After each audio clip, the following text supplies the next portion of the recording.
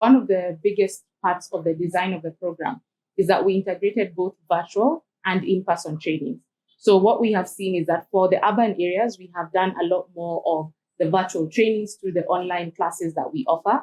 And then once we start moving into the peri-urban and rural areas, a lot of the focus has been on in-person. And so we work with really great mobilizing partners on ground that then are able to share that information, share the opportunity, get the people into these sessions. And then we get, again, one of the key things is that the focus on inclusion as well is on making sure that we have at least 70% female participation. So all those aspects are really driven by also our partners on ground. And that's how we ensure that we are reaching the people in the rural areas.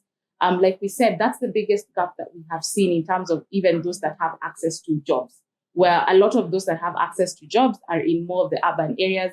And so that level of, I'd say, marginalization of being in the rural areas and or being PWD or being displaced or a refugee, those are some of the things that have then advised a lot of the approach that we have on ground that's a lot more in person, more group-based, and less virtual, because again, a key factor that also affects the level of access there is digital access for them.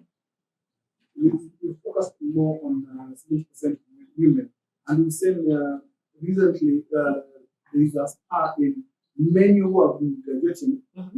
They are male. Yes. Where is the space for the boy?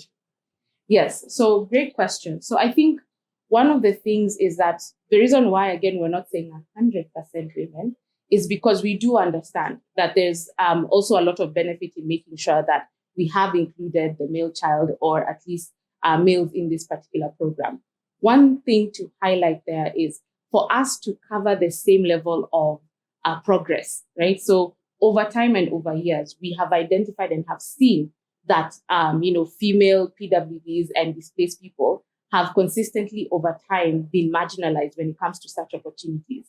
And so what we're trying to do here is not necessarily wipe out or forget the boy child, but necessarily offer more opportunity for the female and the marginalized groups to be able to get a leg up, to at least get us to a point where there's I would say, equitable access.